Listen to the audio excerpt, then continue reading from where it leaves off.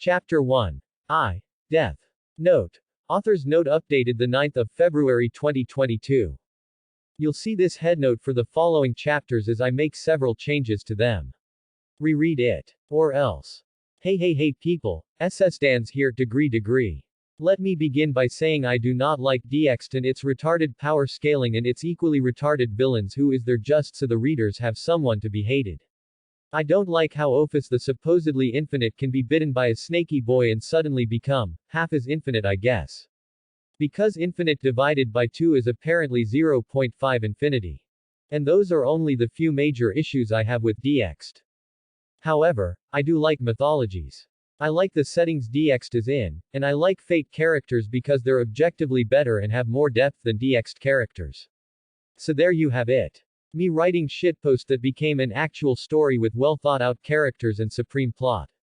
If you think this is a typical, issei gets all Tay Grills kind of story, then you're absolutely wrong. Anyway, he's still gonna be the star, and he's gonna be a magnificently perverted star revolved by 2 planets aptly named asses and titties. Update. It's not going to be a gigantic harem, even though it might seem like it. May or may not feature characters or mechanics from other shows, which are potentially as follows but not limited to. That useless goddess from that isekai, hint hint, she can do party tricks and is thick in both head and thighs, but that's really about it. That other useless goddess from Fate, same quality as above except not really. Fate babes aren't actually useless. Some goddesses from Danmachi actually aren't that useless. Note that I won't include every single character from the above because it'll bloat up the already bloated up cast of DXT. Differentiating their personalities from one another via their actions and dialogues will be a pain in the ass to deal with. Tilder, it's gonna be a long and wild ride. And please, read until the end, even if the prologue makes you think, WTF is this? Give the man a chance fam, degree. Enjoy. Death's Chosen. Prologue. The 2 siblings. Before the dawn of time, there were 2. Always had been. When everything was nothing, before there was nothing, when there was no light nor darkness, life was there, roaming the empty jaded void with death providing companionship. My dear brother, I am very bored. Life bemoaned in an overly dramatic fashion. Unbind me from this dreary shackle of our monotonous existence. Allow me experience the sweet embrace of death, before I develop what I fear will be known as, bro con. Was one of the many poetically worded naggings life would say just to nag him. To prevent herself from disappearing from existence via absolute boredom, she reasoned. You're being stupid again. Death would say to her, for life was being stupid. Again. Life wasn't sure if they were siblings.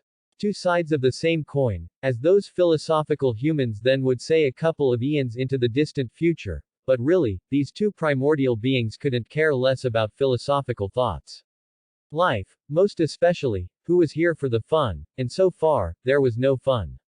Other than the many times she prattled about her inane wonders about creating things.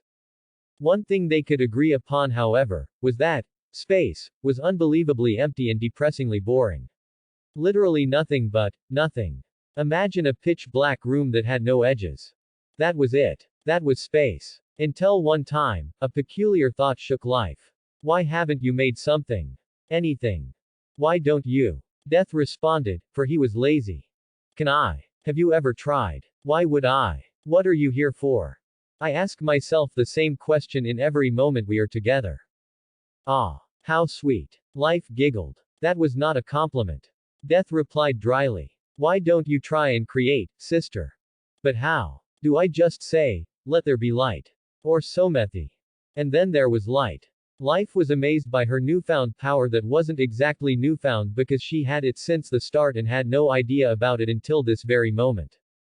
Death raised his non-existent eyebrow to convey his mild surprise. Not by the fact a new aspect had just been created, but because of his sister's obliviousness to her own capabilities. Perhaps this was a bad idea. But so what? This should be an amusing watch. Once life discovered her power that had been there because she never thought of checking its existence, nothing was ever the same. Death had never seen life smiled so brightly. So bright that several supernovas rocked the void. Splashes of colors exploded like paint over blank black canvas, creating floating rocks and more rocks that collided with each other, creating even more rocks and even bigger rocks in the process. Rocks, rocks, rocks. How marvelous. Now the void was littered with pebbles. And who else would have to clean up over her mess other than him?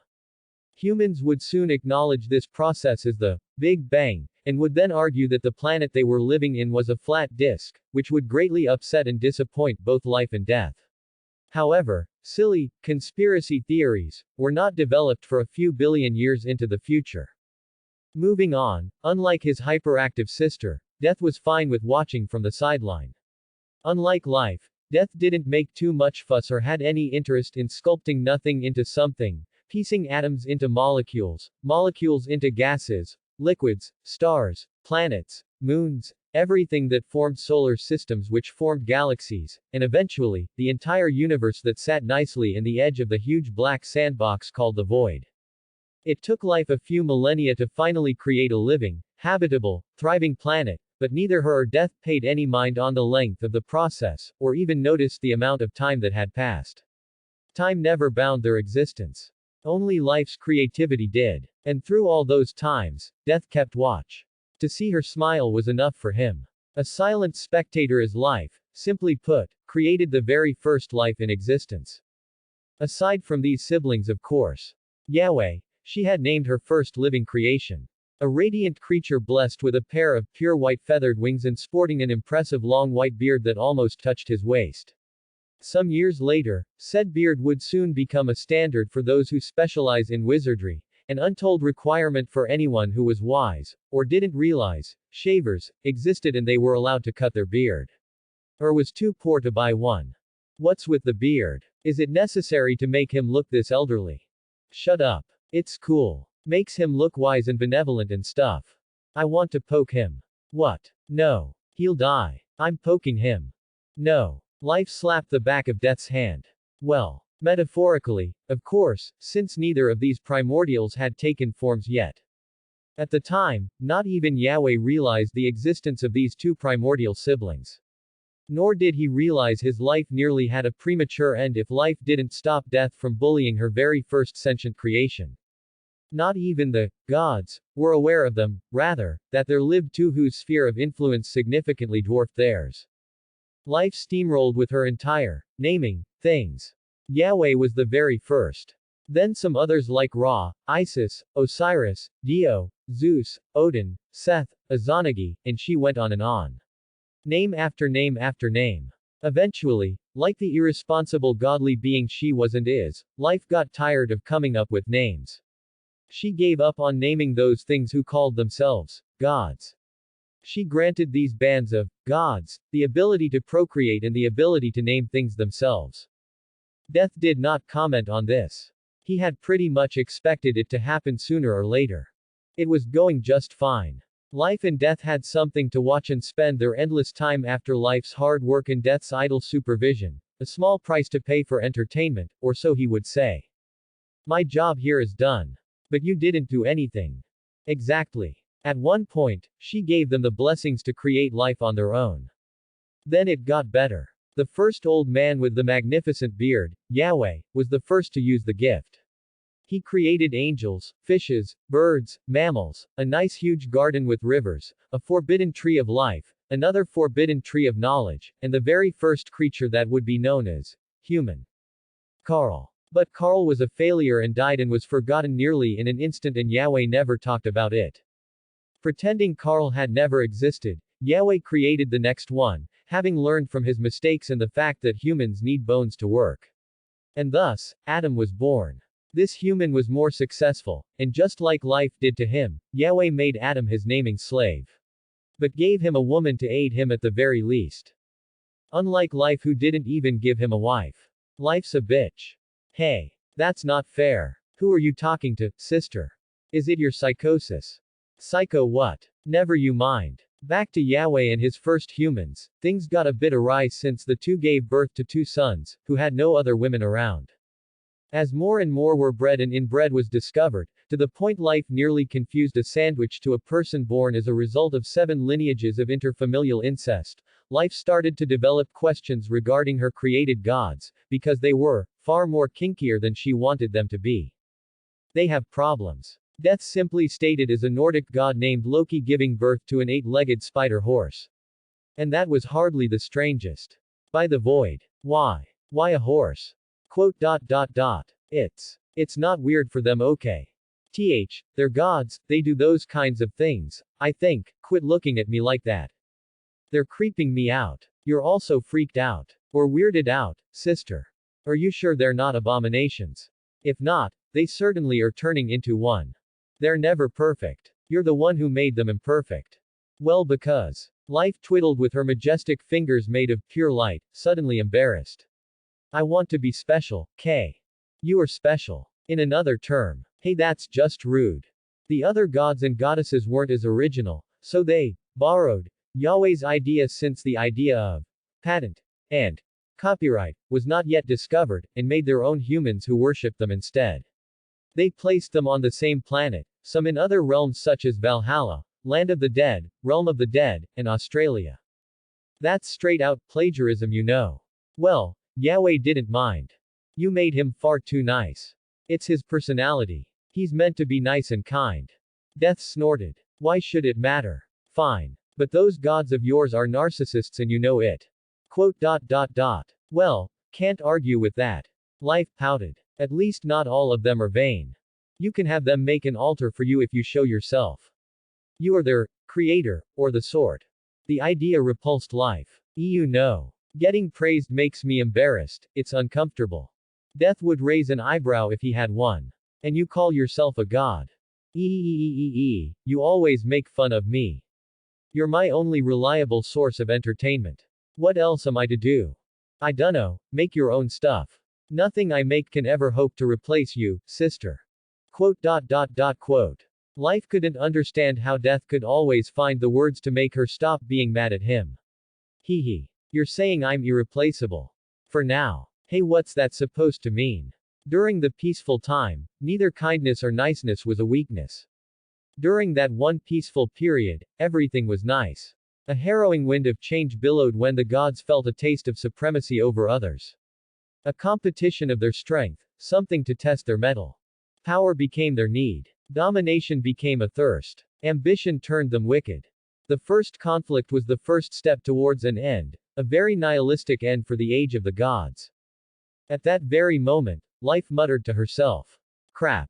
But it was at that moment, Death smiled for the first time. It was at that moment he realized this was that missing thing he needed, pandemonium. A chaotic break from the long-lasting peace.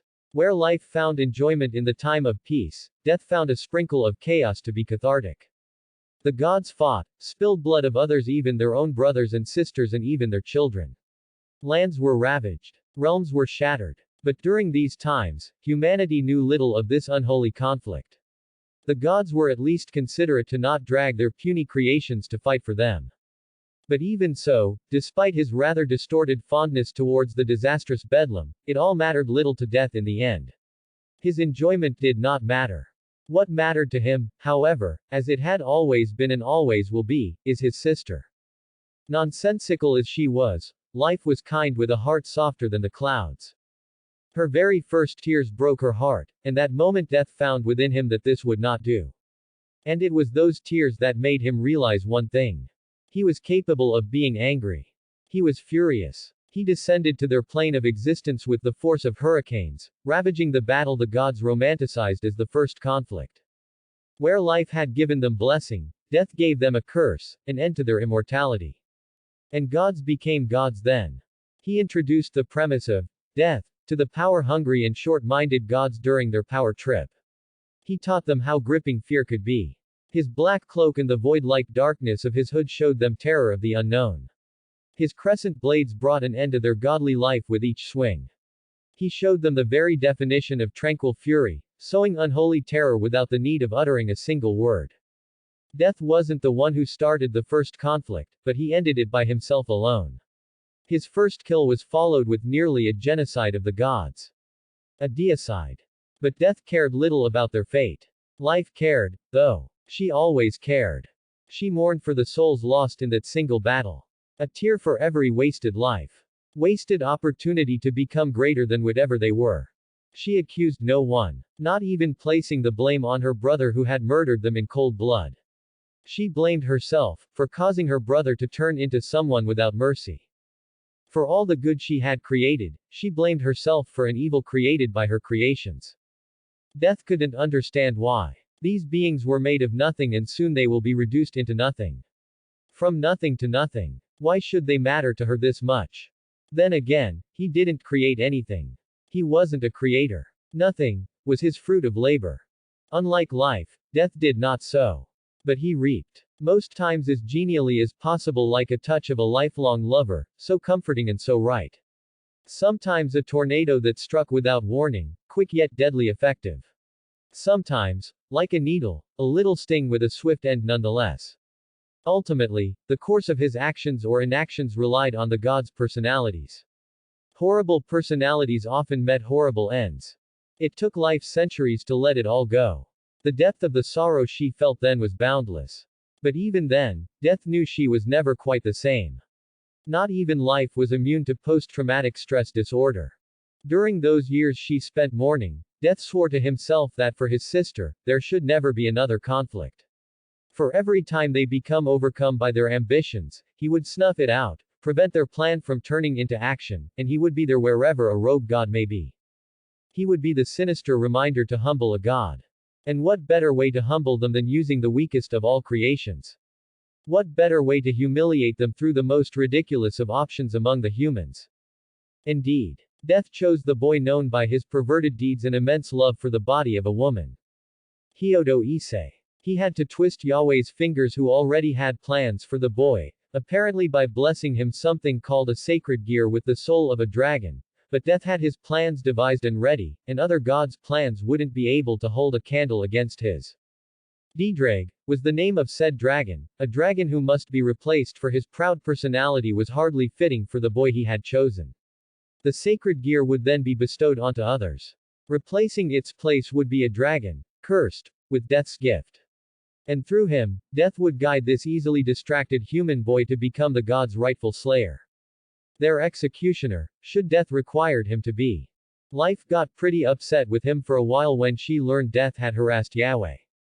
She didn't talk to him for a few days, but that was nothing death and his crafty mind couldn't handle. A few headpats and he had earned his forgiveness. Hyodo Issei, death's chosen. Issei died. Yuma killed him. Or Rainier. Both. Well, it didn't matter. What really matters when you're dead? His ex-girlfriend tricked and killed him for some bullshit reasons about something inside him that wasn't in his pants. Told him he had a potential to destroy the world. Destroy the world. He didn't even know what's in the other half of it. And he failed his geology test just days ago. Never had he expected he would be murdered on his first date. Not by a crazed yandere girlfriend even, but by a fallen angel. Who was actually pretty crazy. Of course his death day would be the day he discovered the existence of these nifty supernatural stuff. Spears made purely from light. How badass was that? And sexy girls with wings. He had wanted to be hit by a truck and get isekai'd all this time. He didn't realize he never had to. Too bad he wouldn't be alive to experience this new world. But at the very least, he saw more than just her cleavage. He got to see her side boobs and her underboobs, many sides of her boobs that weren't covered by her gravity-defying outfit, all thanks to the fallen angel's weird scanty getup. And to him, it was enough reasons to die with little regret. Dying felt empty. Kinda bland. Sorta like paper. He could see, but there wasn't really anything to see. Like being inside a completely dark room. He felt he was somewhere, at some place, but he had no idea where. He floated in the abyss and his feet weren't touching anything, and he couldn't hear, smell, or feel anything. He couldn't even see himself, but he could move his limbs. It was a weird feeling. The sound of complete silence was surreal and creepy, he realized. His mind was starting to play tricks on him. However, no paradise of skimpy-clothed well-endowed women in sight. Number 72 virgins either. Just a plain, boring, endless of vast blackness that no light seemed to be able to penetrate. He came to the conclusion that death truly sucked. You take that back. Whoa, what? Issei looked around frantically at the nothingness laid before him. He was sure he heard a man's voice, or at least it was a male's voice. It was rough, deep, and echoey. Very bass-y and menacing-like, but hollow as if the voice had gone through a long tube. How do you do? Issei Hyodo greeted said being who had emerged from the blackness as if stepping through a layer of thick black smoke. A being as great and enormous as a dragon, but bigger than any dragons he had ever seen in movies. Hey, that rhymed. And it was a dragon. A huge dragon in fact. A dragon so huge that Issei thought its arm alone could fit an entire football stadium on its own. Its jagged, skeletal scales were clad in black, almost as black as the nothingness around him, but with a polished purple shine that they were somehow visible. Purplish smoke surrounded its near-skeletal body, and its two eyes shone a dark purple light through the smoldering smokes around its body. Issei's jaw naturally dropped. Dragons are cool, but not when one's directly in front of him. Calm down. People die when they are killed, but you can't die while you're still dead. What? What is this? Am I dreaming? What kind of a dream is this? If this is a dream, then at least it isn't a nightmare. The dragon spoke. It sounded rather lax for a dragon as massive and menacing as this one. I am. The void dragon paused. Death paused. He hadn't given a thought about giving this devourer a name. Death had never bothered with naming things and perhaps had forgotten about this crucial thing about one's identity. He could ask his sister, but if he did, then she would suggest something dumb like Arnold. Or Dio. Or Cypher. Names that wouldn't befit a dragon who wandered the void. His long pause didn't go unnoticed. You are? Issei asked again, the suspense killing him. Balthazar. Pardon the wait. Death realized naming was difficult. He now understood the struggle of those gamers with custom characters. I'm a dragon, as you can see. Wayfarer of the void, a place similar to the one you are right now. Harbinger of the end, destroyer of worlds, the winged death. And others. And others. I just made those up, but we'll earn other titles, I'm sure. Your world loves handing out epithets that roll nicely on the tongue. Balthazar reasoned, Balthazar the dreaded, for example, to all who will learn my name through you. What do you mean? Titles. Dreaded? Are you part of the baddies? With a long sigh, Balthazar explained the premise of sacred gears and Longinus. God's gift and all that, making up his own story of sacred gears as he explained, and that his sacred gear was a very unique one and never before seen or heard Longinus. Most of it was a big fat lie. So, simply put, you are Death's chosen. Wait, hold on, Issei stammered, shaking his non-visible head to make sure he didn't mishear. Death's chosen. Balthazar nodded. It's a long story, but just know that I am Death's creation, just as you are God's creation. Death is in, God of death. No. Just death. Issei thought for a moment. This was getting crazier by the second. Death-like, the idea. No. Just death. That didn't help at all, but Issei rolled with it. He doubted he had the mental capacity even in death to process this kind of thing. And I'm his chosen. You were handpicked to carry my soul. You should be grateful to him, you're his first ever chosen. Whoa, Death handpicked me. And to not die. I thought Death picks people to die.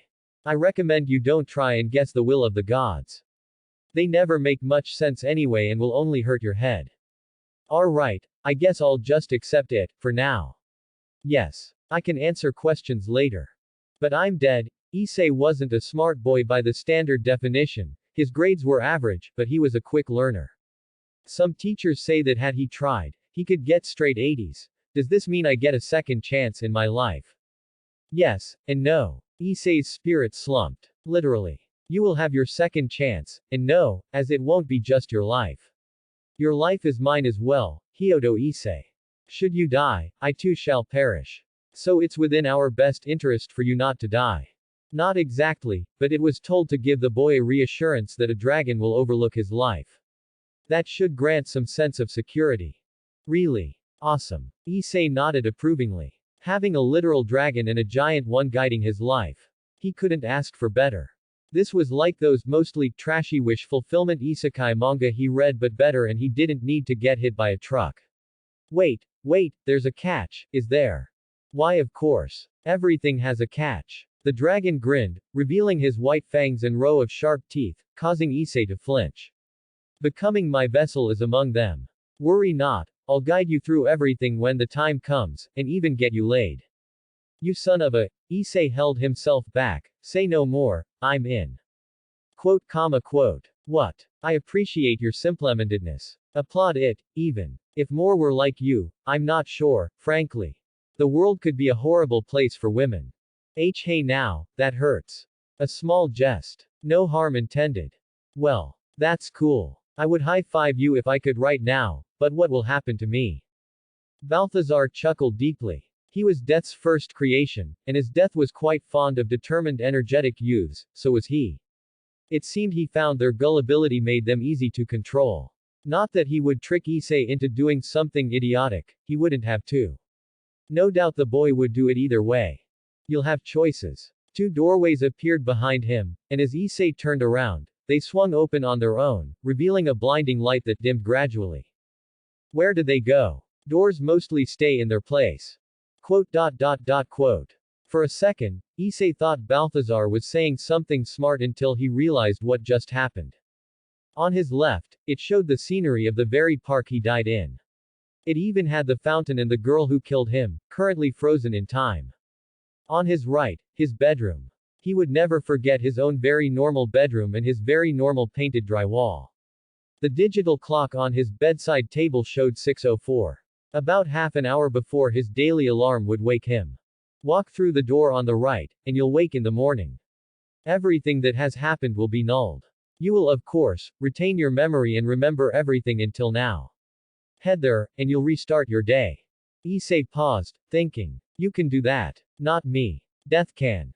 Whoa. That was cool. Can I do that too? Or can he do that too in the future? No. This is a one-time offer. Oh, but what if I die again? I mean not to doubt you or anything, but shit happens you know, I mean, bad things. It's fine. Mutter your curse words, I don't care. Balthazar said, surprising Issei who had imagined dragons would be uptight about cusses. The future is never certain until it becomes the present, but let's not worry about the future too much, shall we? It's the present that's important. Damn, alright. That was kinda deep, dude. You learn from experiences. Balthazar laughed. The door on your left will lead you straight back to the very moment you died, at the very moment that fallen angel speared you. Won't I just die again then? I have a hole in my chest. Balthazar gazed upon him solemnly, as if rethinking his life choices. I understand this may sound to be an insurmountable task I am asking you, but try not to be a complete idiot. Why would I send you back to your death? Ouch. You won't die. Balthazar continued, you will feel pain, that's unavoidable, but you won't die at the least. I'll keep you safe and lend you a hand. How you want to deal with the rest is all up to you, the choices are yours to make, treat me more as your ever-present advisor. Issei stared at the door leading to the park, toward the fallen angel with the sinister smile. Amano Yuma, no, Rainier, his first girlfriend of his life, his first love. Albeit it was just an act, he did feel happy. She might have faked it, but his feelings were real to him. The pain of betrayal hurt like a dagger to the heart. I, have a favor, Balsa Balto Baltazaru, It appears my name is quite difficult for you to pronounce. Death pondered a little. Maybe he should have considered the boy's difficulty to perfectly pronounce non-Japanese names. Bah. No need. The boy would come to learn. Issei mulled for a bit. Quote. What about Raz? Is Raz alright? Sounds pretty good to me. A violet puff of smoke huffed through the dragon's nostrils. Sure. We'll go with that. Sweet. Gotta say you're unexpectedly reasonable for a dragon, and not that I mean anything bad, it's just that I thought dragons would be, you know, from games and movies, they're pretty. Excessively haughty. Prideful. Balthazar let loose of purple flames from the sides of his maw, surprising Issei as it split through the darkness. That's the problem for this world's dragons. Not necessarily limited to dragons either. Listen closely, boy, anything that possesses power will struggle with their humility. Power comes in any form. Money, raw strength, intellect, or for your case, me. You can aim for all the women in the world you want, but do not, and I cannot stress this enough, do not be ignorant. Remain grounded at all times even when you've reached the very top. That's why gravity exists. Oh okay. I swear I'll try. I don't think I like bragging anyway, unless for a joke. Issei had the sense to pale and gulped at that, because Balthazar looked quite pissed. And an angry dragon, up close, even in the afterlife, was not a calming sight to be had. Luckily for him, Balthazar calmed down easily. Don't just try. Do it. Right. Yes. Of course. I'll do my damn best. I don't have many things I can brag about anyway. Except for his collections. And that was something he could only brag to his two friends anyway. Good. A grin. So, what is it about your favor? Oh right. You see, As Issei explained his stunning request, Death soon realized he had made the right call. Life through this boy's eyes would be rather exciting, daring, bold, thrilling, full of the unexpected, and full of a woman's ample bosoms. Break. Please let me know if I did anything wrong, was the boy's humble wish. For this perverted and healthy young human male, all he wanted was to ensure he didn't make any mistakes to the woman who would kill him after their date. Issei entered the door and relived a day in his life as he did earlier, waiting to hear Balthazar's word of advice if he had done something wrong, if he came out too strongly for his date, if he didn't give her enough attention, if he brought her to the wrong restaurant. He wanted to hear if he simply wasn't good enough for her. But throughout their whole date, Balthazar never said a single word. And it ended the exact same way, with the same five-worded phrase. Will you die for me? He hadn't made any mistakes, and yet somehow, he still failed. Nothing changed. Do you realize it now, boy? Yeah, Issei thought somberly as Amano Yuma turned into Rainier. It was never your fault.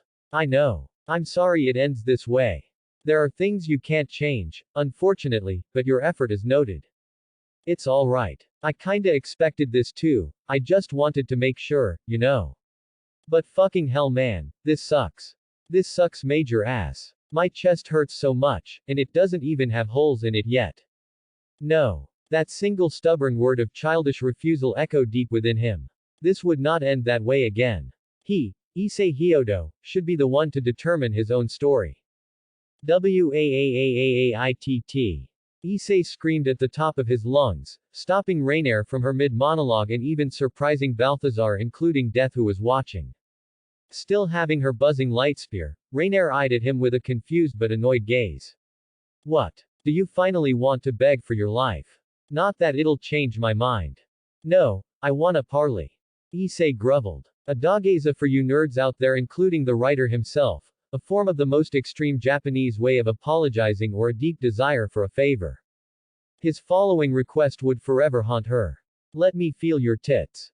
Quote, quote. Opening curly bracket, closing curly bracket. Quote, quote. Issei refused to look back up until he heard a response. Either that, or another light spear pierced his head. Are you an idiot? Was Rainier's dumbfounded reply. I'm going to kill you, you know. I know, and that's exactly why. He looked at her. His brown eyes were filled with determination and the burning dreams of a youthful boy. Let me feel them. Just the tip. Don't you understand how painful it is just staring at your body? Knowing that I'll die without ever copping a feel of a woman's body. Let me experience it once. Just once. Before you try and kill me. Why, you're literally the scum of the earth. I'd still kill you even without any other reason. Balthazar noticed something Issei failed to notice since he was focused on his beg. Rainier wavered. Her intent to kill him wasn't as strong anymore, and without realizing it, her light spear was starting to lose its malevolent energy. You tell her, boy. Balthazar rooted. Death was equally as interested. Show her how passionate you are to your desires. Heellll, yeah, I will. Yes. I am scum. So please, before you kill me, bless these hands Omin with your flesh. Look at them. They're practically spilling. True. Rainier was quite affront with her choice of getup. So very little flesh was covered, and that was perfectly fine for him. More feast for the eyes. At least let me die knowing I've held the chest of a beautiful lady. Beautiful, eh? You think words can save your life?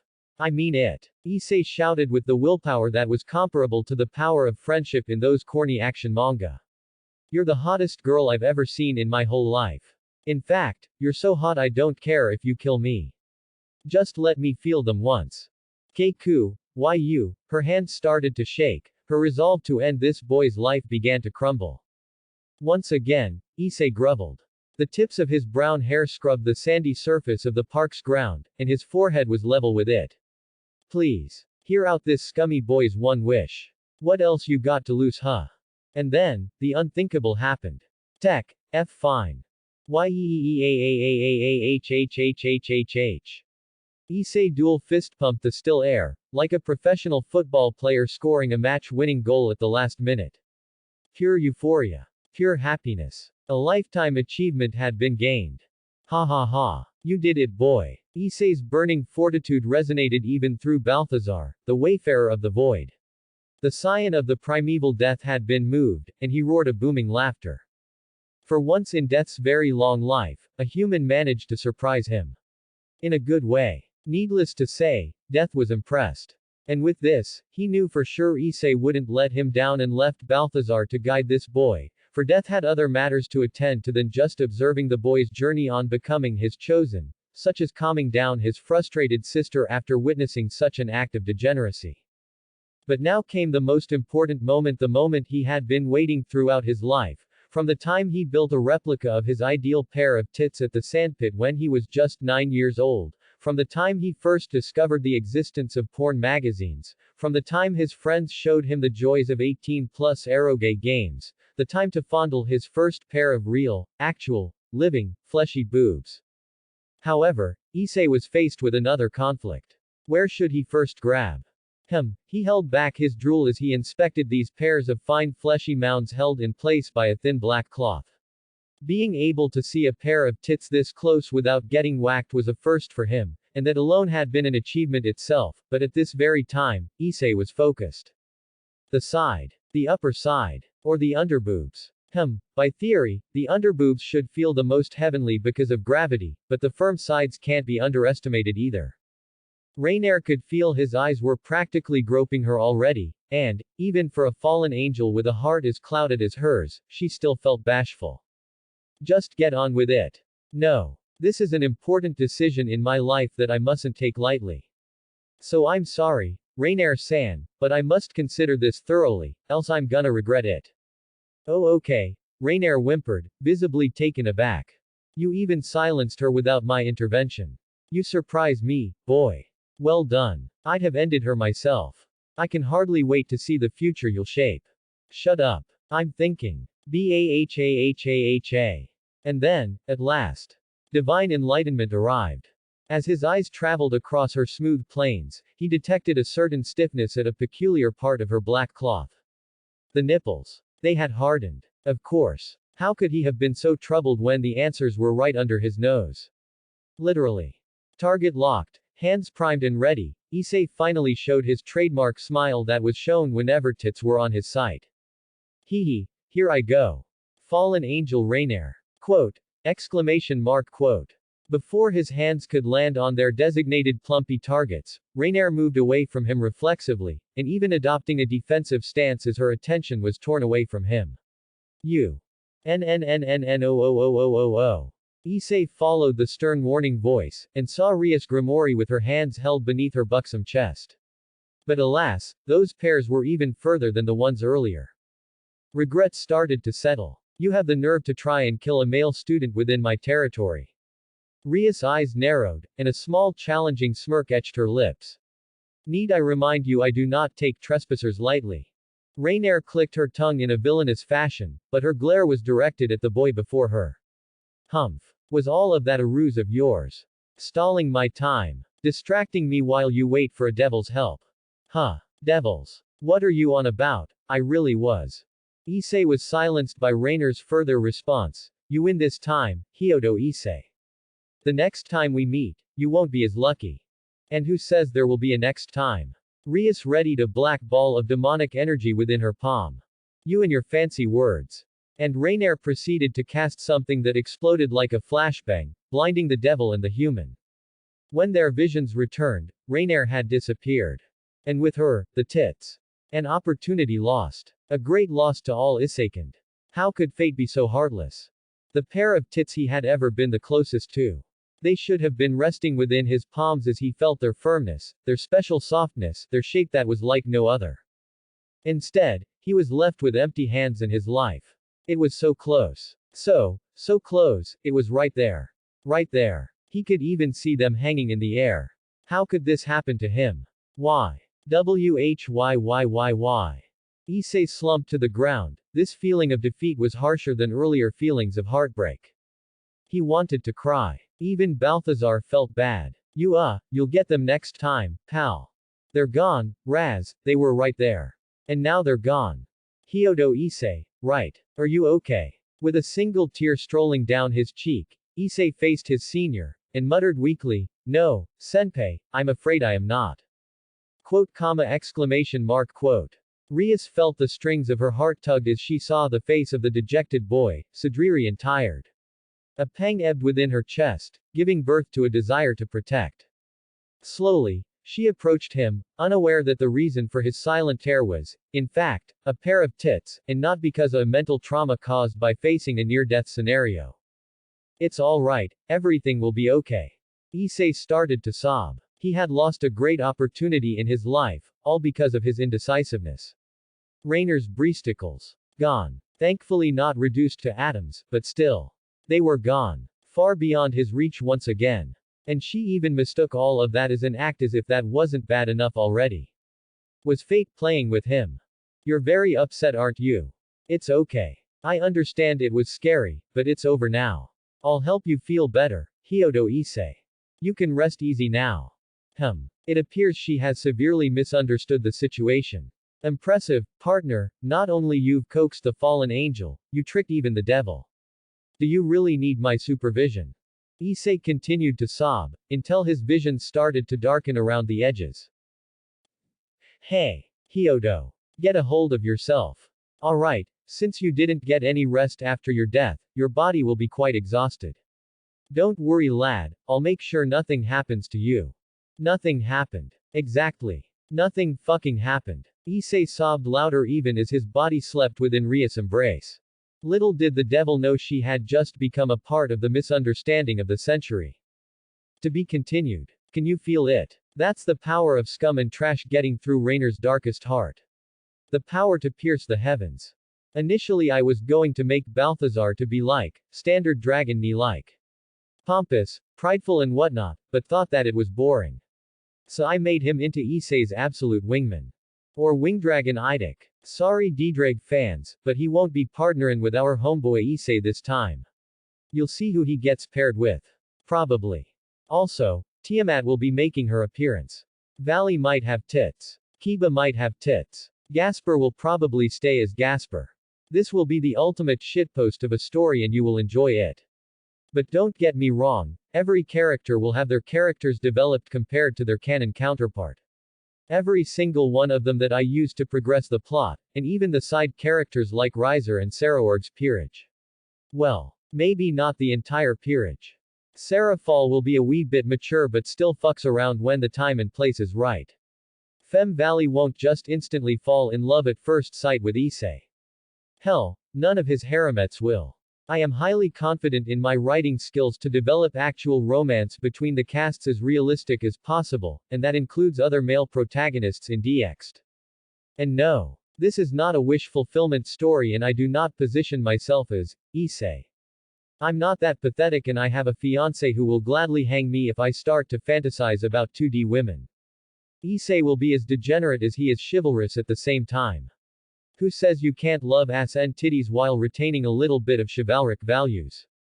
Review. Follow. Favorite. I mean it. Your reviews, follows, and favorites determine the continuation of this semi-serious semi-trash fic. Don't let Issei's dreams be dreams.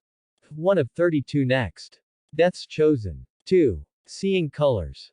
Very frequently life became upset with her brother. Right now was one of those times. Brother. Life puckered like she had never before, which was a lie because she pouted exactly the same way when she found out her brother had bullied Yahweh just minutes ago. Well, minutes on Earth. Explain. Dear sister, if only you knew I did it all just for you. And myself too. To a point. How does that make me feel better? Look at that boy of yours. She pointed her translucent hand at a certain young boy resting on his bed. Dried tears staining his cheeks. He's a PP perv. You're embarrassed just by saying a word. You really call yourself a god? I am. Life whined. Besides, what defines a god? Who even created the term god to begin with? You did. Ah, that blatant reply caused Life to veer her sight away out of deathly embarrassment. Sometimes, Death wondered if his purpose in living was just to provide snide comments at his occasionally dumb sister.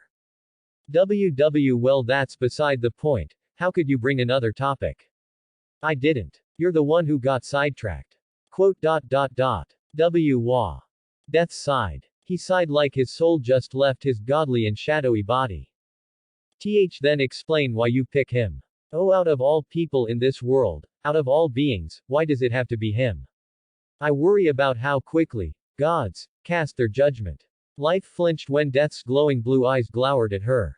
He might be her brother, but he could get pretty scary sometimes. Just to scare her a bit. Look at me and tell me your honest opinion. Is he a bad person? Life avoided his eyes and twiddled with her smooth light-like fingers. And no, not really, but his perversion exceeds even some gods. Why, you know. Nonsense. Gods and their perversion transcend his. You focus only on his only flaw. Didn't you say it yourself that your creations aren't perfect? He's their creation, sister. Can you expect the creation of the imperfect to be perfect? And no, but if there was a wall in this void, Life felt like her back was being driven towards it. And aside from that sole flaw, isn't he but an ordinary human? His mindset might be dedicated to the curves of a woman's, but how is that any different to one whose life is dedicated to money? Is it something so bad that you must condemn him so? That's well. And more to that, that boy resorted to no violence in dealing with the one who had killed him. Unlike what the gods did, even though he could, not once did he use my gift to him. Isn't that an act worthy of praise? Why, yes, sure, but above all else, the way you acted should be the answer to your question as to why I chose him. He's a boy who not even the weakest of God would even consider glancing once. Almost all will look down upon him, as you yourself have proven. No one takes him seriously and sees him as mere annoyance. The same exact reason why Yahweh blessed him to carry the soul of the Welsh dragon. Death loomed over her, an eternal shadow cast upon her ethereal form. So, sister, does my answer satisfy you? Her tears welled up. Wah, I'm sorry. I didn't mean to. Death couldn't lie, he found joy bullying gods. His sister was no exception. But even he knew when he had gone too far. Perhaps a bit too far this time. As Life sniffled ungodly like, Death patted her head. Life loves headpats. There. I'm sorry. I didn't mean to lash out on you like that. Brother, you big meanie. Yes, I am. Death grinned. But say that I'm wrong if I think the gods need someone to keep them in check. At that, Life couldn't argue. She still thought Death could have said it nicer. Quote. You're stupid. No, I'm Death. Break. Another same empty space. Issei found himself wandering around the black nothingness. But at least this confirmed that he wasn't just dreaming and everything that had happened, did happen. Am in the void again. He thought out loud as he tried to jump to no avail. He tried to swim, but that didn't work either. How could he tell if he was moving when there was nothing of note? Nope. You're dreaming right now. A lucid dream, so to speak. A familiar voice. Balthazar's. The wayfarer of the void emerged like he did last time, a primeval beast surging through a curtain of dark smokes. Issei thought the dragon did this entrance because it made him look cooler. I only bring you here when I feel the need to talk to you face to face. But wait, if I'm dreaming, then, he gasped as he made a brilliant hypothesis, I should be able to dream myself being surrounded by hot girls, right? In no time at all, hot girls appeared in a puff of anime-esque white smokes. They had big tits and thus they were hot. Era, Issei-kun, said one that looked exactly like Rainier, who was posing sexy poses. She was hot too. Issei squeed. Before Issei's grin could turn any more debauched, Balthazar wiped them all with a swipe of his gigantic claws. Issei, naturally, screamed in terror. Why did you do that? Very uncool. Balthazar grinned. Listen boy, while you can dream of however many scantily clad ladies of various races as you want while you are dreaming, I should warn you that it will cause you to be desensitized to them. Nani? What are you talking about? That's impossible. To Issei, few could terrorize him more than the idea of being numbed of perversion, seconded only by the idea of having his Issei Jr. cut off. Oh, it is. I'll simplify it for you. You play the same game, over and over again, all day and night, won't you get bored of it eventually? Issei slumped down on all fours as the realization of this cold, harsh, bitter reality slammed upon him. Quote. Impossible. You mean, I can do it but I can't even use this gift. With great power, comes great responsibility. Balthazar sagely advised. But fret not. It is the wait that is the part of the thrill. Imagine the joy you feel once you grasp your goals. The immense sense of fulfillment that only by achieving your lifelong ambition will you be able to feel, instead of just dreaming its taste. The boy got back up to his feet. You're right, you're absolutely right. With these hands, I will grab them. Issei clenched his hands, and next time, I will be decisive. Good, good. Balthazar chuckled. His chuckles were like a rumbling volcano, deep and guttural and mildly unsettling and overwhelming as it was well pronounced with dread. That's it boy. Let your ambition fuel your resolution. But let's get straight to the point, suffice to say, your life won't be the same. Great. My life was boring anyway. Perhaps you won't mind it now, but you may soon miss its normalcy. Said Balthazar. I'll skip the preaching now, though. As you are now Death's chosen, it's inevitable that you will attract attention, some unwanted. Gods might even hunt you like a boar, boy. Issei had the sense to pale at that notion. Gee gods. Wait. How am I going to run away from a god? Ha. You're looking right at the answer. Don't forget that my soul is connected with you and I will grant you strength. But right now, your body is weak. Your right arm is your strongest part and I will not ask why. Quote. Well, I did train it on a nightly basis. A person's right arm might gain more strength than their left if they played tennis or trained it often. Issei certainly did not play tennis, but he was dedicated to train it during those lonely nights. Regardless, you will need to exercise if you ever wish to have a taste of death's gift. But to better motivate you, let me say this, some women cannot be won by words alone. That gained his full attention. So by gods, you mean goddesses too. Not restricted to goddesses. Be it goddesses, women or dragons, there are those who lust after power. Sometimes, should you best them in a fight, or a battle of wit, betting them might as well become your just reward. I'll train like I've never done before. Issei said with a dead serious kind of face. People might start to mistake him as a battle manga MC where in truth he was just trash. Trash he might be, but an honest trash. Still trash though. Balthazar guffawed. This vessel was great. I really appreciate your straightforwardness. I truly do. In this world of backstabbers and liars, your fervor is like a breath of fresh air. Issei felt slightly embarrassed at the compliment. Damn. I never thought a dragon would be this supportive of my silly dreams. It is silly. Moral people would deem you intolerable, boy, but you do have good in you still. Believe in yourself, as I do. You might not be a saint, but there are others far more despicable than you are. He froze for a moment. Whoa. I never thought I'd get a dragon to pep talk me either. Ha. I am nothing if not reliable. Issei felt relief. Joy at the knowledge of having someone or a dragon as dependable and supportive on his side. He felt like he could topple mountains with him.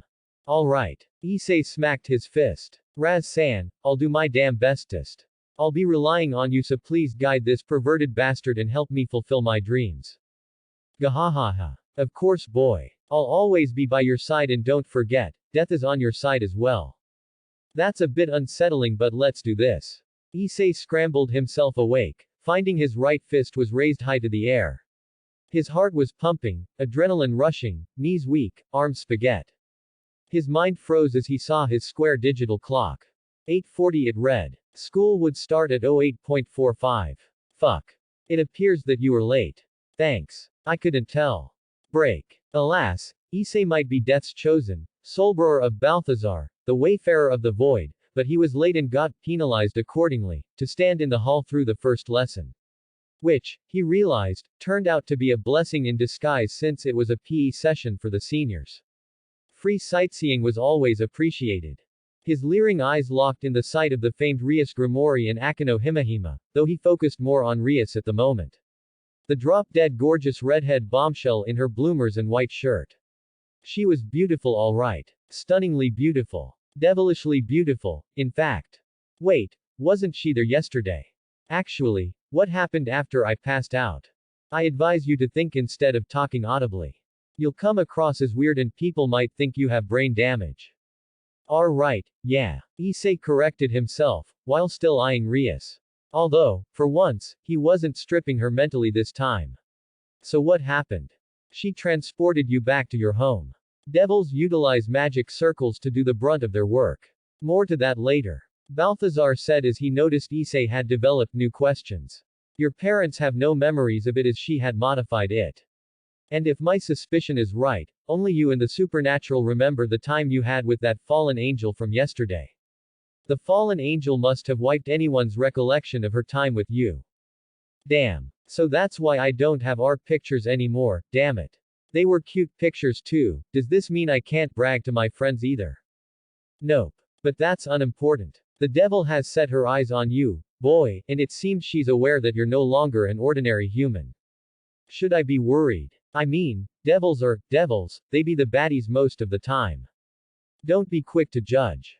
Balthazar mentally gave Issei a head slap. A devil is just like a human, it's a race.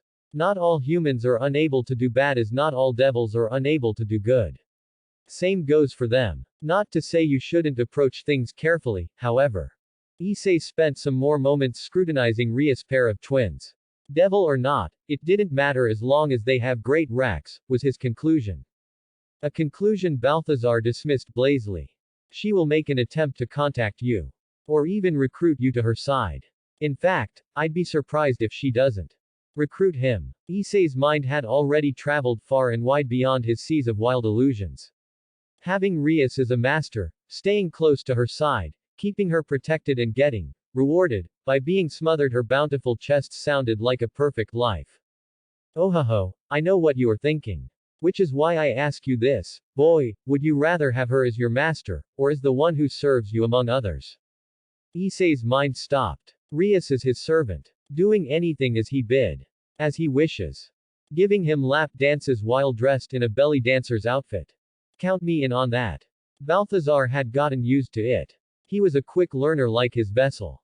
Gwahahaha. It's important to weigh choices before you make one, boy. It is your life to live ultimately, but know that whatever you pick, I will support you. Thanks. Damn, you're like the best. Ever. No, boy, thank you. Balthazar laughed a few more seconds. He really enjoyed this, it was much better than just wandering in the void for threats that mostly never came. Last moderately exciting act he did was disciplining another dragon for bumping into his arm. He forgot the dragon's name as Balthazar himself wasn't that great with remembering names. However, Balthazar vividly recalled the crimson color of that petite dragon's scales. Either way, he sent that paltry dragon back to his dimension. No dragons should wander around the void but him. Unless they had a death wish and wanted to become a meal for the eldritch horrors. Or the devourer himself. Regardless, the void dragon thanked Death immensely for granting him this opportunity, which Death gladly accepted. I'll leave the choices to you. Balthazar continued their brief discussion. There are other devils in this school as well. Seems to be their main base of operations for this city. None are particularly worrying in terms of their strength and capability, but you won't be able to fend yourself should they gang up on you all at once. Okay. Right. Don't piss off the devils, noted. Issei shuddered. Could he really fend himself? He never learned any arts or skills related to fighting or self-defense. You told me there's more. Can you sense them? Will I be able to? Say what you will, but the desire to learn of this boy impressed Balthazar. I can sense them, yes. To explain, it's easier for me to show it to you. Lend me your eyes, boy. Right. Issei said, how do I do that exactly? Do I say, I lend you my eyes? I'll take that as a yes. In that second, blackness consumed the world. All of the colors were drained and replaced with black and white. It freaked him for a good 3 seconds until he realized this was what Balthazar meant. Whoa, this is kinda creepy. Issei thought as he looked at his hands. They looked normal and had all the colors unlike everything around him. Wicked. Now, find Rias' grimoire. He did just as told. To his surprise, Rias had red all over her black and white body. Crimson colored, just like her hair. It was like a red light that was faint, but noticeable still. The color Raz, what did they mean? Red indicates she's a devil. Demons share the same too, so it might get a bit confusing to separate one to the other. Balthazar answered. Now find the other one. Finding the other one was easy when only her and Rias had colors. Wait, isn't that Himahima Senpai? Wait, why is her color kinda weird? Blue and red, two swirling lights that circled around as the girl moved. I see, she's both a devil and a fallen angel. An odd mix, might I add. Kinda weird that the two hottest girls in the school aren't human, like, what a coincidence. Don't look at me. Probably the will of their god or Satan. Balthazar shrugged. But if devils and fallen angels exist, angels should exist too, right? What about angels? What's their color? Very bright white. Figures. The dull surprise was expected. You will see them clearer and even see through walls or underground as you grow accustomed. Right now, as you are untrained, this is all I can show you. Not a useful ability if you're surrounded by them, but it's useful to tell apart one another, or to detect an unnatural being through your vision. Dang, this is so cool, can you make it so that I can see through their clothes? No. Darn. It was worth a shot. How do I turn it off? Think of it. Issei did, and the black and white vision returned to his normal, colorful one. Whoa, do I just think about it again to activate it? It activated. Holy tits. This is rad. Balthazar smirked. New discoveries lead to excitement, one he had been thirsting for so long. But seeing others finding joy as they discover new things was quite wholesome. I'll let you use it for a while, but later on, you should be able to use it even without my help as you raised your, say, the strength of your soul. How do I do that? Do I just train? I've no idea how I can train my eyes though, do I just look up and down? Training your body, hone your intelligence, sharpen your wisdom and instinct, anything that is beneficial to you will strengthen your soul. Of course, this will mean you will be more noticeable to others. But, I should be able to defend myself properly, right? Of course. If you train correctly. Which I ensure you will. Alright. I'll count on you on that. Break. You serious? What's he doing with her? Was one of the boys' envious words as they could only stare at him with obvious jealousy and slight confusion. The jealousy part overwhelmed the other emotion greatly though. Issei responded with a true and smug grin, and an apt, hey, to boot. Balthazar guessed correctly. After school, the Kuo devils made their first contact with him with someone he would never guess to be a devil. His own classmate, the school's alleged and proven kindest girl whose long pale golden hair even paled to her heart, someone who had never treated the most perverted of boys, namely, Issei and his co-felons fairly, without prejudice despite their heinous acts of perversion. The only girl in his class that would talk to him normally without being disgusted by the idea that she was talking to perverse incarnate. You guessed it. Yumi Kiba. The female XP of Yuto Kiba who did not exist in this story. And just to check if she was a devil as well, Issei had used his vision earlier.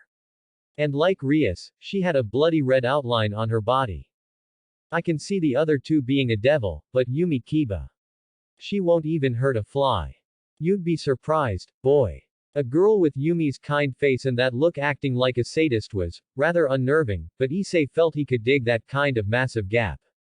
I guess they're just that good at hiding since I got no idea who. That said, what do I do now? Don't refuse their advances. See what they are offering you first and then we'll make a decision from that point. You're not strong yet, so should you choose to serve them, they can grant you their safeguard for the time being while you amass your strength. But what about my lap dances? You dream big or nothing him. Balthazar huffed, sniggering warmly. That may have to wait, but you'll never know. Mayhap she is willing to grant you one once you gained her trust and heart. That idea perked him up and tickled his motivation in the right places. That doesn't sound too bad. Also, boy. Yeah. Don't get distracted by your own illusion or dreams. Let's make it happen. Hell yeah. And he walked side to side with Yumi Kiba, earning himself a questioning look from both the male and female student bodies. To them, he said, "Screw you." From all the way from his classroom to the back entrance of the school, Issei held his chin up and his smug grin as annoying as possible. That grin vanished once he realized something. Wait, where are we going? Senpai is waiting for you in the old school building, Hyoto-san. Ah, Yumi. Ever so polite. How could you possibly become a devil?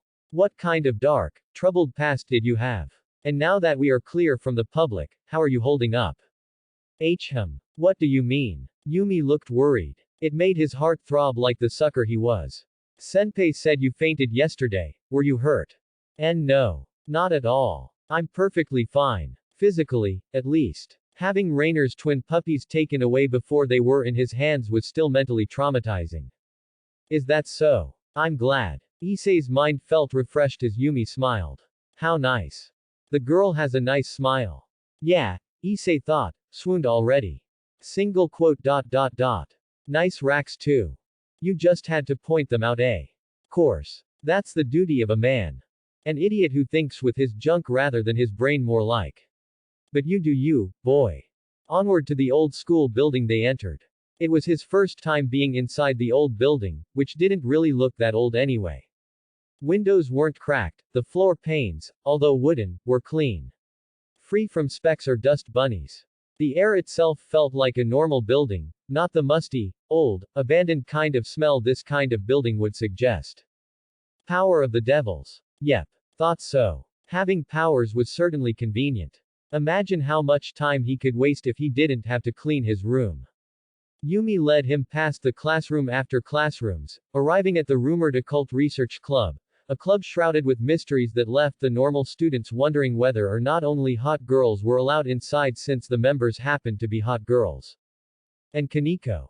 Please come in. As Yumi opened the door, Issei felt like he just entered a different building. Everything was so westernized. Which was thematic with the building's design, but this was fancier than the normal clubroom in the current school building. The layout of the sofa, the bookshelves, the tables, and even the decorations was a far cry from a modern Japanese high school. Or a normal clubroom. He wondered how big the budget this club had. But what took his attention most was the little girl on the couch.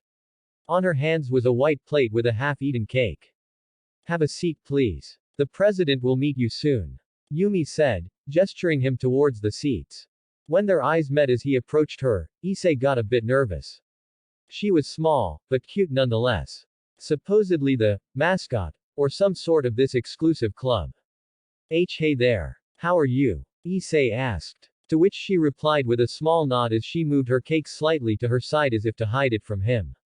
I'm not gonna ask for it, if that's what you're worried about. That was what Kaneko worried about. Thus, the girl continued to eat in peace. A very small trust was gained. As Issei took a seat across the tiny girl, his head wandered through the room, glancing around and being odd and questioning how on earth everything looked so expensive and what kind of bribe did their parents gave. Can this room still be considered a school? This whole room looks high-end. Aside from that magic sigil thingy over there. That one's freaky. I'm not in a cult, am I? They are devils. Of course they use magic circles. Balthazar scoffed. You best not chat with me at the moment. You'll look dumb. First impressions boy, first impressions. Issei mentally nodded. Oh. Right, how do you do? I'm Hyoto Issei. Tuju Kaneko. The girl spared a quick bat of her eyes and a small nod before returning to her food. Not a talkative one. Issei could appreciate that. Sometimes, he wanted to be left alone too with his thoughts of assess and titties.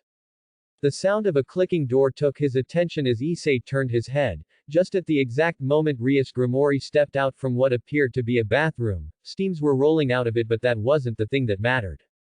Rias being wrapped only in a pink towel was the thing that mattered. Naturally, his jaw dropped. His eyes remained bolted on her figure, ensuring every nook, every curve, the cleavage, her skin definition, all the important bits were recorded and stored in his memory for other usage. Ah, you've arrived. Pardon me. Rias coolly said as she stepped towards a wardrobe. Yumi, can you help me out? Yes, senpai. And Yumi walked to her, taking another towel from the wardrobe and held it up as a makeshift curtain, hiding Rias from his sight. Darn. It was good while it lasted. She knows you are ogling her and using it to raise her ability to bargain, crafty. As should be expected. Hee, tits. Balthazar hit him mentally. Don't walk too early into their hands, boy. Your decision here would either make or break your dreams. Alright, yes, lap dance. With that, Issei wiped his drool. Meanwhile, Kaneko had decided she didn't like this guy, as shown by her eyes now filled with disgust and slight disappointment. So the rumors were true. What rumors? Nothing. And Kaneko said nothing else, avoiding his stare purposely. But that was not the end of the surprises. As soon after, another devil emerged from the steaming bathroom, Akino Himehime with a towel slung around her neck, covering only a part of her stunning breasts and leaving much to be seen. She wore black laced panties that was certainly not something he'd expect from a normal school student. Era. Hyodo-kun, you came early. He came early alright. Naturally, Issei jaw-dropped. Again. But this time, he stood up, clapped his hands, bowed 3 times, and said in earnest, "Thank you very much. I have been blessed this day." "Oh my, you foo-foo-foo, you're an honest one, aren't you? How cute." The other hot girl said with a nice, Oni-san, kind of giggle. "Himehime Akino, happy to meet you." "Yes boobs ma'am. True to my feeling I am." "Hyodo Issei, very much pleased to meet you." Akino tittered quaintly when her towel slipped and fell, causing her to resort to her hands to hide her delightful perky nipples. "Oh dear, do excuse me." Issei thought he was having the best day.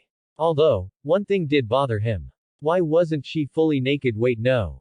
Weird, normally I'd shoot out a fountain of nosebleeds and pass out. Then the realization hit him like a truck-kun to all unsuspecting isekai protagonists. In no way, could this be? You guessed correctly. I've erased that cumbersome debuff off you. Balthazar smugly explained. Holy shit, can't you ever be more awesome? Humph. 'Tis but the beginning. He had always wanted to try and say that line. I always wanted to say that line. Staring at a lady's bare chest without getting knocked out because of a sudden blood eruption from his nose. That must have been the greatest gift of all. An ability so overpowered that every harem protagonist must be rolling in their graves right now. Why are you looking at your fist? Asked Rias, who had taken a seat next to Kaneko, now fully dressed in her school uniform. Does something trouble you so? Huh. Dragged back to reality, Issei was indeed staring at his fists. Ah. I was just so happy. I mean, I get to be invited to this exclusive clubroom. You're just happy you get to see Senpai's chest. Kaneko commented. Goddamn right I am. Issei admitted with the pride of a lion. Let the world know he was and always will remain a devoted pervert and a faithful follower of the god of tits and wine, if there was one. There is none. Damn. Way to knock the wind out of my sails, bro. Better that than allow your delusions to steer you away. Leech. Kaneko then added, while the rest of the cast had their own reactions. Yumi was seen sheepishly smiling with a light tint on her cheeks, a cute and innocent reaction. Akino was amused, giggling as she prepared the drinks. Rias, on the other hand, seemed troubled but made an effort to understand. He was a boy after all. Let me begin our discussion with this. How do you feel, Hyodo Issei? I feel fine. Issei replied plainly. That was the second time today someone asked if he was feeling alright. He wondered if he was meant to feel anything. Aside from the boner that was wilting since Rias had clothes on her, he felt normal. Should I be worried? Am I expecting anything? I'm not gonna just die all of a sudden, am I? The world will be better if you do. Ouch. Small as she was, Kaneko's words stung. Alas, I am but a misunderstood pervert. There's nothing to be misunderstood about you. True. I am nothing if not a pervert. Issei smiled victoriously, which pissed off Kaneko even more because he must be thinking he was cool. Ahem, to bring us back to our discussion, it's a relief to know you're unharmed. Rias restarted, keeping her composure and dignified air. You might be wondering why Rainier hunted you. No. Not really. Balthazar already explained all of it. But Issei went along with the idea of him knowing jack shit, which resulted with Rias explaining everything that he had already learned from the dragon. Although, he did learn that the entire Kuo was her territory and that she was a high-class devil tasked in handling this city along with another high-class devil. As Akino served them her tea, Issei thanked her while he had a different conversation with Balthazar. What's the deal with this high-class and low-class thing? Does segregation of groups surprise you? Isn't that normal for humans too? Actually yeah, now that I think about it. I've known the fallen angels had kept their eyes on you Hyodo-kun, although I'm not sure as to why they would want to be rid of you. Me neither. Issei lied. They wanted to get rid of him because apparently he had horrible powers. Super powers. Sacred gears and stuff like that. Say, boy, mind if you ask her how they could lose sight over a fallen angel with obvious intent to harm you in her territory. Vaguely. So, not to point fingers or anything ahaha but she nearly killed me. Which she did, actually. I guess I'm just lucky you were around Ahahaha. Real smooth, boy. I'm sorry I sucked. Why yeah, I suppose you were. Rias took a sip of her tea, a subconscious act that confirmed Balthazar's suspicion. So they knew. And they did nothing to prevent your first death. Balthazar surmised. That hurt a little. Don't be disheartened, lad, this is simply how those who held power treat those who have no such power. Yet, at least, we'll prove them how wrong they are. Right, yeah. No use being mopey Nevertheless, the reason I called you here is to prevent such an avoidable occurrence from happening again. To put it simply, I'm offering you a term, your servitude in exchange of our protection. A honeyed term for wanting to keep an eye on you. Keep you close by as they study your power that attracts others. They will do it either way regardless of your agreement. It's unlikely they will let you off the hook since you know about them already. And if I refuse? Issei dared himself to ask. He didn't like the way Rias looked. Then we'll have to erase your memories. Well, at least they're not gonna kill me. Yet. Hey, don't say that. But still, you will remain in grave danger, Hyodo-kun. Rias insisted, at least with us, you won't need to face them on your own. And if I say yes, then we'll protect you and squash those ravens that tried to hurt you. Rias said with full confidence. She had to show her confidence, otherwise, how would she convince him that her group could protect him? Hey Raz, what can I do here? Since they'll keep their eye on you even if you refuse, which means they'll try to keep you safe, they actually have no bargaining power over you. I leave the rest of the considerations to you. This was when Issei's mind started to think in the only way he could think of. If he agreed, then the chances of him encountering Rainier would be slimmer. Worse, they might even kill her too since she was their enemy. He shuddered at the thought of Yumi killing someone, but he realized he was in much deeper shit where killing might have become a normalcy to them. However attractive these seniors of his were, Issei was a man. And as a man, he firstly wanted to clear the misunderstanding between him and Rainier, and once again, redeem his past failure in grabbing hold of her fallen angel breasts. I'm sorry, but I must refuse. He said, his willpower reaching the devils. Thank you for the offer, but I want to face this on my own. I'm willing to bet my life on it, and if I die, then at least I have tried my damnedest. Think this through, Hyodo-kun, I think you are being rash, Rias reasoned. She was running out of her bargaining chips, she didn't expect him to say, no. This is your life that is at stake. Without power or skills, there's no telling that you will survive another encounter with them. I'll take my chances then. I don't have a great life anyway, but I dream big, and I aim higher. Thank you for your concerns. It was nice to meet you all, and Himehime-senpai, I don't know much about teas, but your tea tastes great. Thank you. Goodbye Hyodo-kun, be safe. As Issei left, all were amazed by his unwavering resolve, even Kaneko had to admit he was a little bit cool albeit stupid. If only they knew the reason for his drive was once again a pair of tits. I don't get it. Rias sighed as she rested on the couch, completely dumbfounded. So confused that she had to massage her forehead. Why would he throw away a good chance like this? Does anyone have any idea? Nobody had a clue. Maybe he's hiding something. Kaneko's suggestion had the group considering the possibilities that the boy hid something. Perhaps it was but an ingenious ruse, they just couldn't wrap their head around the fact that he was just a simple pervert. That's unlikely, but he might have potential. I can't think of any other reasons why they would hunt him. What do you want us to do, senpai? Asked Yumi. This is a high risk I am taking, but I want you all to watch over him in turns. No doubt those craven fallens will try again. Yumi, you will be the first to keep watch.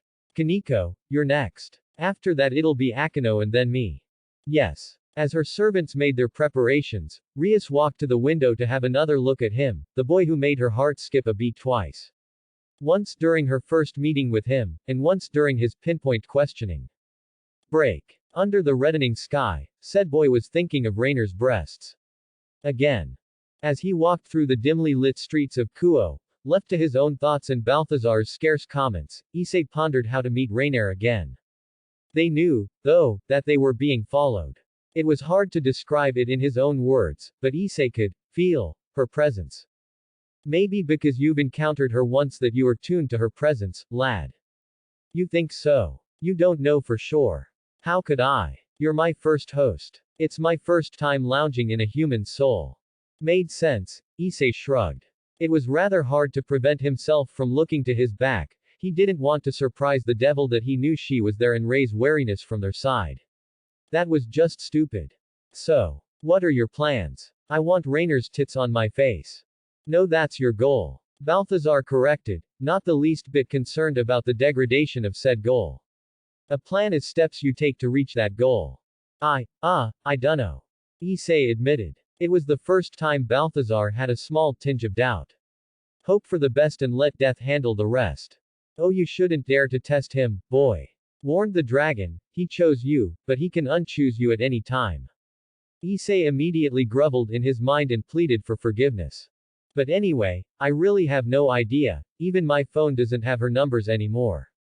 Thought Issei as he browsed his phone with a very disheartened look on his face, unknowingly attracting Yumi's sympathy towards him because she mistook it as a sign of a heartbroken boy. I'm drawing blanks here. I'll just go home actually, who knows, maybe she'll ambush me or something. And just as he finished that idle thought, he was indeed ambushed.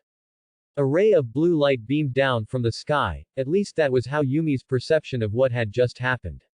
But Issei saw it all.